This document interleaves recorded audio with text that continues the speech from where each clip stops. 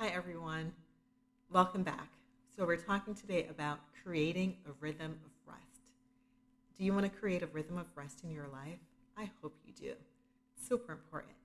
So, I want to just talk about 5 ways that you might consider creating a rhythm of rest. First one is to eliminate those things that conflict with your values. Are you participating in activities that conflict with your values? I'm talking here about, you know, cheating on your spouse, getting drunk on the weekends, swindling money, maybe slacking off at work, not putting in your fair share of the 8 hours that you've committed to work. I don't know what those things are, but do you have things that are conflicting with your values? If so, this brings you a great deal of stress. So we want to identify what those things are and make a commitment to just not do them. And instead, start doing those activities that are in alignment with your values. So the opposite of whatever those points are that you just identified. And identify things that bring you joy. Start doing those things instead. Um, then we're talking about rest. So we're talking about getting a good night's sleep.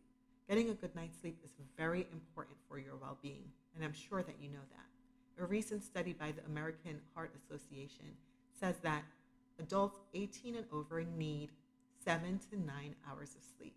I know for some of you, you're thinking that's not possible. But if you want to create a rhythm of rest, you have to learn how to block your time so that you can get enough sleep.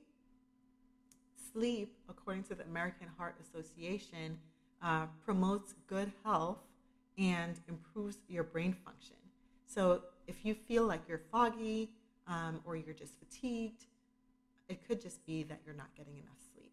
And if it's something that you need to take to a medical professional, this is probably the time to do so because it's important for maintaining balance. Another step to consider is blocking time on your calendar for downtime. You put everything else on your calendar. I know you do, right? You have deadlines to meet at work, your kids have activities, you're serving here or there, and those things are all on your calendar. Maybe you're meeting with a friend for lunch. But what about you? What are you doing for you during downtime? Put those things on your calendar as well. So that could be going to the gym. It could be downtime for reading. If you're like me and you like to garden, it could just be 30 minutes of gardening. It could be going for a long walk. Whatever it is that rejuvenates you and fills you up, make sure you put that on your calendar as well. And the last point is start saying no or not right now. I have found from talking to so many people just like you that if you don't tell your time where to go, someone else will.